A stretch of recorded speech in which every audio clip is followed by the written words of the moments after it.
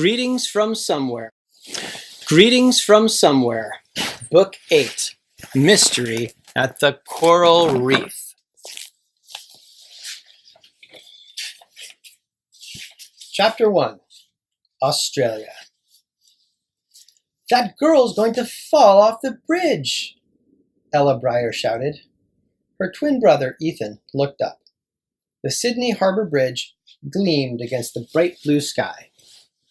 At the top of the massive bridge was a girl peering over the side. How did she get all the way up there? And then Ethan saw that there were other people with her. Lots of other people. "It's okay, kids. You can actually climb to the top of the bridge," their father Andrew explained. "The view is supposed to be great," their mother Josephine added. "Wow!" Ella gazed out at the skyline of downtown Sydney and at the sailboats that dotted the harbor. The view from the top of the bridge probably was great, but she couldn't imagine being up that high. She'd had enough of high places after Machu Picchu. Machu Picchu was an ancient Incan city in Peru that was thousands of feet in the air. The Breyers had spent some time there before flying off to Australia. Australia was the 7th stop on their trip around the world. Mrs. Breyer was a travel writer. She was writing about their adventures for their hometown newspaper, the Brookston Times. The twins were excited to be in Australia. It was beautiful and warm. Plus, everyone spoke English, which meant that it was easy to communicate. Best of all, they were driving up the coast tomorrow to visit their Aunt Julia, their Uncle Owen, and their cousin Harry. "Who's hungry for some Balmain bugs?" Mr. Breyer called out. "Bugs?" Ethan and Ella gasped in horror. Mr. Breyer laughed. "They're not actually bugs. They're a kind of lobster. I thought we could check out a seafood restaurant for lunch. And after lunch, we'll go there." Mrs. Breyer pointed to a white building that jutted out into the bay. Ethan squinted. The building looked like a row of stegosaurus spikes. "What is it?" "It's the Sydney Opera House. We'll do a backstage tour and then stay for the opera," replied Mrs. Breyer. "How about the aquarium?" asked Ella. "Hannah's family went there last summer. She said it was awesome." Hannah was Ella's best friend back in Brookston.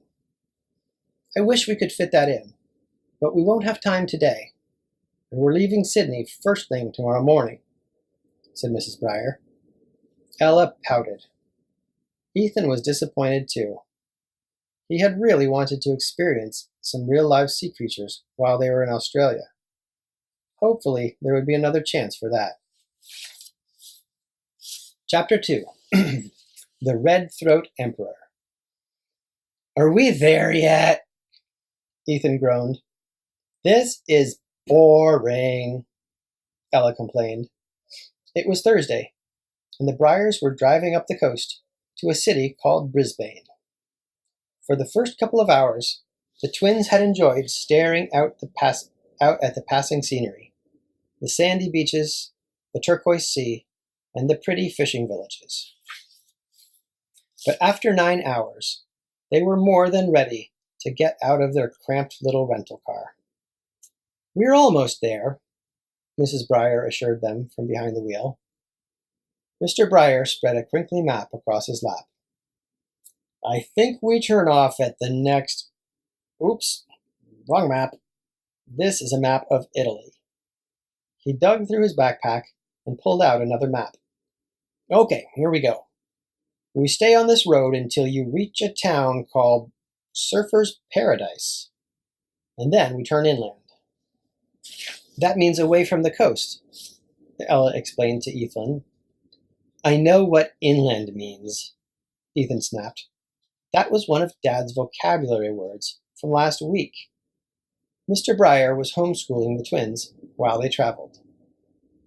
It was almost dinner time when the Bryars finally arrived at their destination. Their aunt's family, the McLeans, lived just outside of Brisbane. Their house was built on stilts and had a red tile roof. The front yard was filled with palm trees and lush grass. Aunt Julia rushed out the front door. "Hello, hello," she called, waving excitedly. "Jules!" Mrs. Bryer hugged Aunt Julia for what seemed like forever. The two sisters hadn't seen each other since the McLean family moved to Australia 5 years ago. Aunt Julia turned to hug the twins. "The last time I saw you, you were only a few years old. Ethan, I hear you're a soccer player. And Ella, you're writing poetry?" Ethan and Ella smiled and nodded.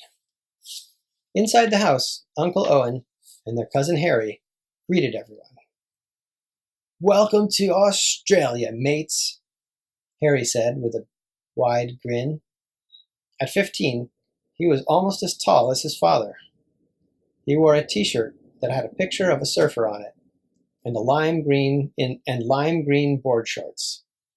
"I hope everyone is hungry," said Uncle Owen cheerfully. Ella noticed that both Uncle Owen and Harry had Australian accents, but Aunt Julia didn't have an accent at all. It was kind of funny. The four grown-ups went into the kitchen to prepare dinner. "Do you have a computer?" Ethan asked Harry. "Ella and I need to check our email." "Sure, you can borrow Billabong Bill," replied Harry. Billabong Bill?" Ella repeated, confused. "That's what I named my laptop," Harry said with a wink. A few minutes later, the twins sat on a couch in the family room with Billabong Bill between them. Harry sat on the floor, polishing a surfboard. After a moment, an email popped up from Grandpa Harry. He was Josephine and Julia's father. The twins' cousin Harry had been named after him. Ethan and Ella were used to seeing a lot of their grandfather back home. They really missed him. To Ethan and Ella. From Grandpa Harry. Subject: Coral Reefs. Hello, my dears. Welcome to Australia. I received your most recent email about your time in Machu Picchu. I was happy to learn that you found the Temple of the Sun, as well as the special artifact that your Grandma Lucy and I came across long ago. And now you're in the land down under. Did you know that you are very near the largest coral reef system in the world? Coral is amazing because it's a living organism. It can look like a rock or a plant, but it's actually a kind of animal.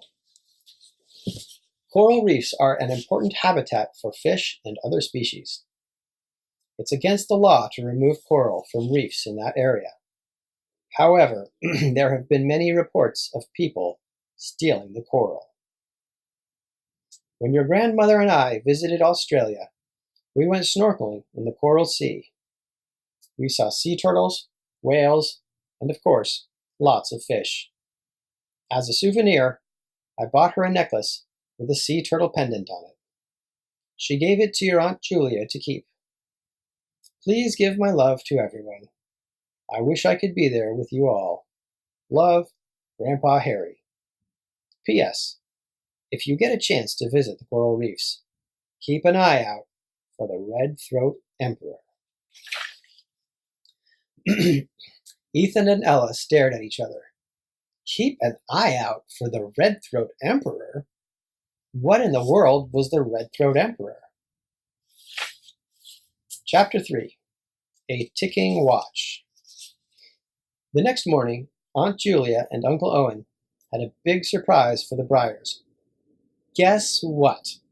We are going to spend the weekend at our beach house, Aunt Julia announced. It's on the Coral Sea, Uncle Owen added. The Coral Sea? Ella tried to remember Grandpa Harry's email from yesterday. Is that the one with the coral reefs? Aunt Julia smiled. Yep, that's the one. Hooray! The twins shouted. They would finally get to swim in the ocean. They couldn't wait. A few hours later, the two families arrived at the McLean's beach house. It was a wooden cottage surrounded by palm trees. Just beyond the backyard was their private beach, which meant that no one else could swim there. Look, Ethan said, pointing. A sleek gray creature jumped out of the water and arched into the air. It was a dolphin. Uncle Owen suggested that they all take a walk on the beach. Not me. I'm going surfing with Rufus and Tommy, Harry announced. He scooped up his surfboard and took off down a dirt path. Be careful, Aunt Julia called after him. We worry about our Harry. He's a bit of a daredevil, she told the Bryars. What's a daredevil? Asked Ethan. A person who likes to do daring things, replied Mr. Bryer. Ethan nudged Ella. She nudged him back. They like to do daring things too, like going on adventures and solving mysteries. The three cousins must have gotten that from Grandpa Harry. All the parents started down the beach. Ethan and Ella trailed behind. They kept their eyes on the sand, searching for seashells and other treasures. Ella was eager to find a shark's tooth to add to her collection back home. Waves curled up to the shore and slipped away, leaving small pools of water filled with pebbles and seaweed. Ella spotted something shiny in one of the pools. Could it be a shark's tooth? She bent down to pick it up. It wasn't a shark's tooth. It was a watch. She turned the watch over in her palm. It was heavy. Inscribed on the back were the letters Z.D. Z.D. Those must be the letters in the owner's name, Ella said out loud. His initials. She thought for a moment. That means the watch doesn't belong to Aunt Julia, Uncle Owen, or Harry. Yeah, but who could have dropped it here? Ethan asked when he overheard Ella. This is a private beach, right? Then Ella noticed something else. Ethan, the watch is still ticking. Whoa! Ethan exclaimed. He paused. Wait, what does that mean? It means that the watch probably hasn't been in the water for very long, replied Ella. Whoever dropped it could have been here yesterday, or even today. Chapter 4. 3 Mysteries? Around noon, Aunt Julia drove Mrs. Bryer, Ethan, and Ella into town for some shopping and sightseeing, while Uncle Owen, Mr. Bryer, and Harry stayed behind to do some fishing. The town overlooked the Coral Sea.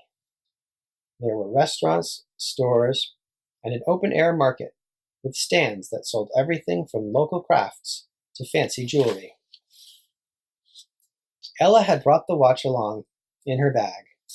She wasn't sure who it belonged to, or why it had washed up on the McLean's private beach, but she was determined to find out. She and Ethan were good at solving mysteries. In fact, they had solved mysteries in each of the countries they had visited so far: Italy, France, China, Kenya, India, and Peru. The two sisters stopped at a stand to admire a display of necklaces. Look at this one. Isn't it lovely? Mrs. Bryer held up a strand of peach-colored beads. What is it made of? Ella asked the man behind the stand. He had a dark ponytail, and his arms were very tan. The man shrugged and waved his hands at a sign. It said, Coral Collectors. Aunt Julia scanned the table, which also displayed bowls, mirrors, and animal figurines. You have a lot of items for sale, and they're all made of coral. Where did your coral come from? She asked. We, have our sources, the man mumbled. Now, if you'll excuse me, I am very busy. He turned his back and began digging through a crate. He's not very friendly, Mrs. Briar said to Aunt Julia as they moved on. I've never seen him here before. He must be new, Aunt Julia replied. I really do wonder where he got his coral. It's illegal to take coral from the reefs around here, you know. The four of them continued walking through the open-air market. While the others were looking at t-shirts, Ella sat down on a bench. She reached into her bag and pulled out a purple journal and a pen. The journal had been a present from Grandpa Harry, and she used it to keep notes. A lot had happened in the last 24 hours, and she wanted to get it all down on paper. She opened the journal to a fresh page and began writing. We found a watch from Aunt Julia and Uncle Owen's beach. It has the initials Z.D. on it. She thought for a moment, then added, Grandpa Harry said, if we visit a coral reef, we should look for a red-throat emperor. She also added, we just met a man selling coral jewelry and other stuff. Where did he get all that coral? Ella paused to read over what she had written. She blinked in surprise. Did she and Ethan have 3 mysteries on their hands? Chapter 5. An Intruder. That night, Mr. Briar, Mrs. Briar, Uncle Owen, and Aunt Julia decided to go out to dinner in town, while Harry stayed at the beach house with Ethan and Ella. I left you guys a cheese pizza and some cut-up veggies on the kitchen counter, Uncle Owen told the twins. We should be back around 10. There's a cricket match on the telly, if you're interested. A cricket match? Ethan pictured a bunch of crickets hopping around. You're in for a treat, kids. Cricket is a terrific game, Mr. Briar said eagerly. It's similar to baseball, and it was first played in England 400 years ago. After more instructions, the parents took off. The twins went into the living room to find Harry. The telly was on, and the cricket match was underway. But Harry was nowhere to be seen. Ella peered into the bedrooms. Harry? Harry? He's not in here either, Ethan called out from the kitchen doorway. They searched all around the house, but there was no sign of Harry. Where had he gone? But I just saw him like 10 minutes ago. But I just saw him 10 minutes ago, Ella said, confused. Maybe he went out with his friends and didn't tell anybody, Ethan guessed. We should probably call Mom and Dad on their cell phone, Ella said nervously. It was dark outside, and they were all alone in a place they didn't know. Just then, the door from the garage burst open. A figure stalked in, wearing a strange mask. The twins screamed, "Ah!" Whoa! It's me, mates!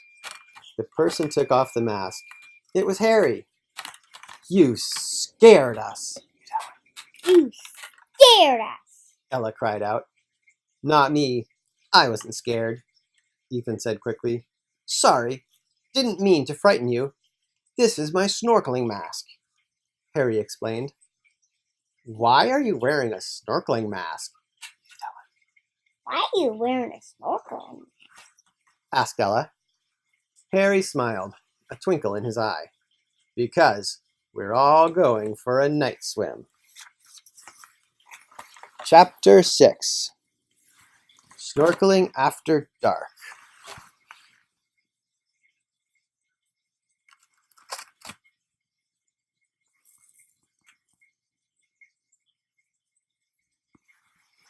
Awesome! Ethan exclaimed. After all, he and Ella had wanted to see real live sea creatures. Is it safe? Is it safe? Ella asked. Harry chuckled. I've gone snorkeling at night 1,000,000 times. Besides, you two seem like adventurous types. Ethan beamed. We are super adventurous. But what about our parents? But what about our parents? Ella pointed out. No worries. We'll be back before they get home, Harry replied. Ella glanced over at her brother. Ethan shrugged. A night swim did sound like fun. A short while later, the three of them stood on the beach, dressed in slick black wetsuits. Harry had found a couple of old ones for the twins. Palm fronds rustled in the cool breeze. A cloud passed over the moon. Harry had also given the twins some snorkeling equipment. A mask, a snorkel, and a waterproof headlamp. The mask was clear and covered the eyes and the nose. The snorkel was a mouth tube that would allow them to breathe when they dipped their faces in the water. But the headlamps were attached to bands that wrapped around their heads. Ella shivered as she gazed out at the endless black sea. It was so dark out there. Even with the headlamps, she couldn't imagine seeing anything underwater except for more darkness. Okay, mates, turn on your headlamps and follow me, Harry instructed. The twins clicked on their headlamps. Harry waded into the shallow water, and they followed. It was cold at first, but after a minute, they got used to the temperature. Harry showed them how to put their faces in the water as they swam. He also showed them how to breathe through their snorkels.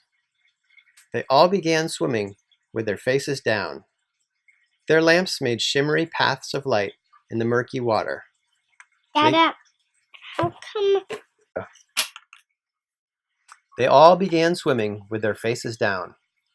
Their lamps made shimmery paths of light in the murky water.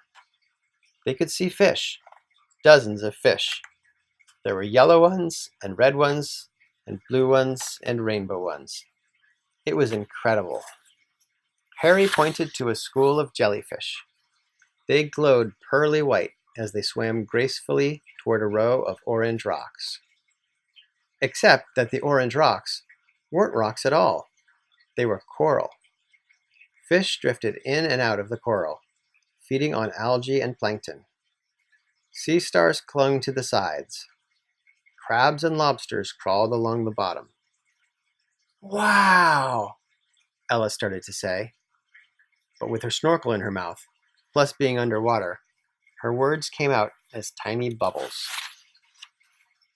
Ethan gazed in wonder as a sea turtle swam out from behind the coral. Then, he noticed something near the turtle. A thick rope dangled in the water. A heavy-looking anchor was tied to the end of it. Ethan tilted his head up. At the top of the rope, he could just make out the bottom of a small boat. Ethan frowned. A boat? At this time of night? Ella had noticed the boat too. So had Harry. He motioned for the twins to follow him back to shore. Back on the beach, they observed the boat from a distance. I thought this was a private beach. What's that boat doing here? Ethan whispered. Not sure, Harry whispered back. Ella thought she could just see a couple of words painted on the side of the boat. Both words started with a C. The other letters were hard to make out, though. Splash! A man suddenly swam out of the water and climbed onto the boat. Another man followed, and then another. All three men were dressed in scuba gear, and they carried bulky nets. What's in those nets? What's in those nets? Ella whispered. Harry squinted. It's hard to see. It looks bumpy and orange. I wonder if it's coral, Coral. the twins said at the same time. Chapter 7. The Coral Thieves. The boat's engine revved loudly as one of the men started the motor. Suddenly, the boat swung in the direction of the beach. Ella, Ethan, and Harry ducked behind a large rock so they wouldn't be spotted. As the boat turned to speed away, Ethan peered out from behind the rock. He glimpsed one of the words on the side of the boat. It was collectors. Once the boat was gone, the kids hurried into the house. They changed into dry clothes and threw their wet things into the dryer. After all, their parents could come home at any minute. Then they met back in the living room. I can't believe those guys were taking coral from the reef. We're supposed to protect the reef, not steal from it, Harry said, shaking his head. Ella reached for her bag and pulled out her journal. She opened it and wrote, 3 men stole a bunch of coral from the sea. Their boat had 2 words on it. Both words started with the letter C. What is that, homework? Harry asked curiously. No, it's, Ella snuck a glance at Ethan. Ella likes to take notes whenever we're solving a mystery, Ethan blurted out. Ethan! Ella cried out. Their mystery-solving work was a secret. Harry grinned. Awesome! Can I help? Ella thought for a moment. Maybe it would be okay to confide in Harry. He was their cousin, after all. Well, some weird things have been happening. Well, some weird things have been happening. Ella began. You mean before tonight? Harry looked surprised. Ella nodded. Yesterday, we found a watch on the beach. It had the letters Z.D. on it. There's no one around here with those initials, Harry said after a moment. Then, this morning, we met a guy in town, Ethan went on. He had a stand with coral jewelry and stuff. He wasn't very friendly. And now we have 3 coral thieves, Ella finished. Their boat was named Sea something. I got a good look. One of those words was collectors, Ethan added. Ella leaned over her journal and wrote, Sea collectors. Collectors sea. Ella glanced up, her eyes shining. The coral stand! It was called Coral Collectors. Of course, yeah. It's called Coral Collectors, She exclaimed. Chapter 8. A Secret Plan.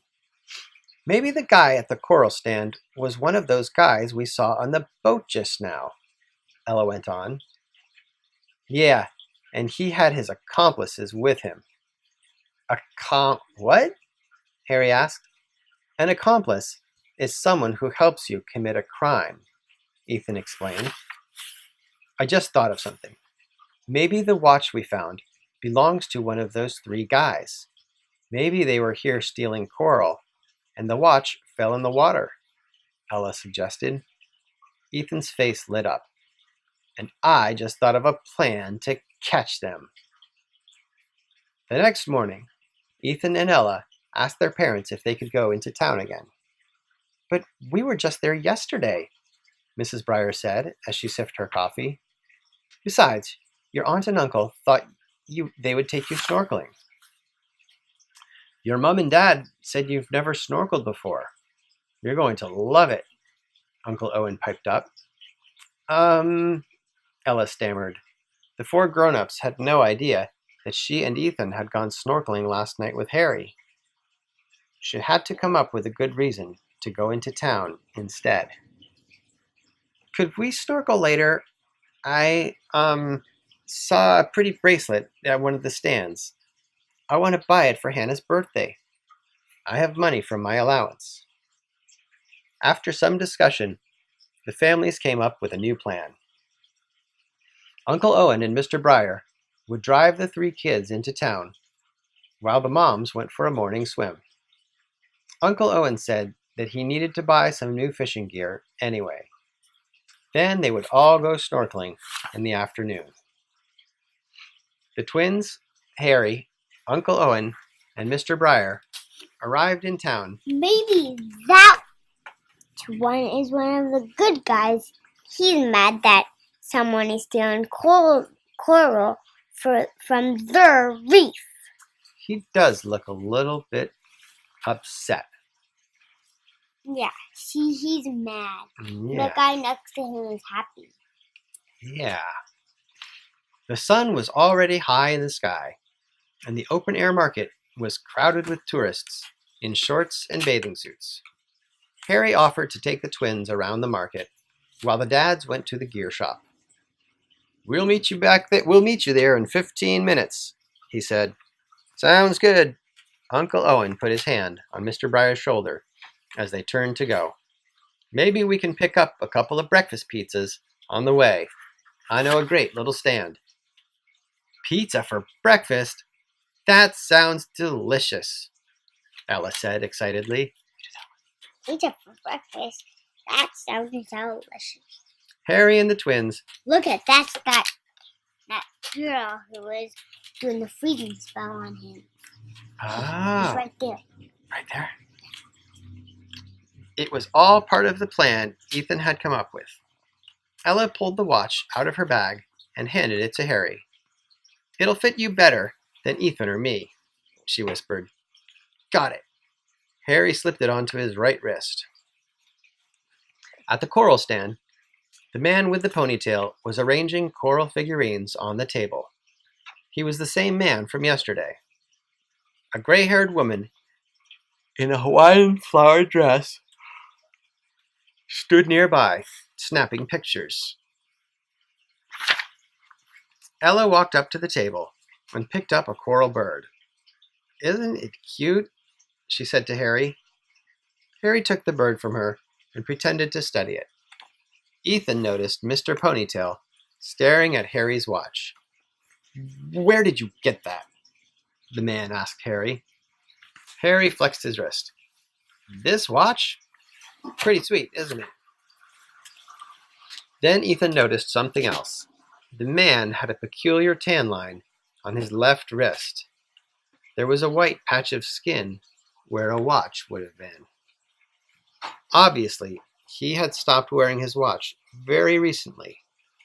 Or maybe he'd lost it in the water. Ethan thought about the initials on the back of the watch. Z.D. Excuse me, Mr. Zach? Ethan guessed. It's Zeke. Zeke Donner, the man corrected him. Ethan grinned at Ella and Harry. Z.D. Chapter 9. Long Lost Treasure. Ethan pointed to the tan line on Zeke Donner's left arm. Did you lose your watch, Mr. Donner? Why do you want to know? Mr. Donner asked, suspiciously. Because we found it on our aunt and uncle's beach, Ella burst out. Harry took off the watch and dangled it in the air. It must have fallen into the water when you and your friends were stealing coral. Mr. Donner went pale. Give me back my watch. Just then, the gray-haired woman in the Hawaiian flowered dress stepped forward and flashed a gold badge. Freeze! You're under arrest. Ella gasped. The woman was an undercover police officer. The police officer handcuffed Mr. Donner and then turned to the twins and Harry. We've been after this man for months. We couldn't find evidence that he and his accomplices were stealing coral from the sea. Fortunately, I just made a video of this entire conversation. We never would have stopped these coral thieves without your help. Thank you. You're welcome. You're welcome, Ella said happily. Ethan started to say something too, then stopped. The police officer's badge had a picture of a hawk on it. Ethan pulled his gold coin out of his pocket. Grandpa Harry had given it to him as a going-away present. On one side of the coin was an image of a globe. On the other side, it was an image of a hawk. It was weird, but hawks kept popping up during the trip, first in Italy, and now all the way in Australia. Was it just a coincidence? Back at the beach house, it turned out that Mrs. Breyer and Aunt Julia had solved a mystery too. Guess what Jules and I found while we were swimming, Mrs. Breyer announced. Aunt Julia held up a silver turtle charm that dangled from a delicate chain. It's Mom's necklace that Dad bought for her during their Australia trip. She gave it to me ages ago. I thought I'd lost it. We noticed it sticking out of the sand, Mrs. Breyer explained. It was badly tarnished, so we cleaned it up with a little silver polish. Now it looks good as new, Julia gushed. It's amazing what can wash up on the beach, Mrs. Breyer added. The twins giggled. So did Harry. They were thinking about the watch, which was now in the hands of the police. What's so funny, kids? Mr. Breyer asked as he munched on the remains of his breakfast pizza. You had to be there, replied Ella. Yeah, Dad, you had to be there, Ethan echoed. Then Ella remembered something that had been bugging her. I have a question. Does Australia have an emperor like China used to? Uncle Owen shook his head. The Prime Minister is our leader. We also have a queen. Then who is the red-throat emperor? Ella asked. It was Uncle Owen and Aunt Julia's turn to laugh. Not who, what? Aunt Julia replied. Red-throat emperors are a kind of fish that live in the Coral Sea. They were Dad's favorite when he and Mom went snorkeling there. Oh, said Ella. Speaking of snorkeling, who wants to go? Uncle Owen called out.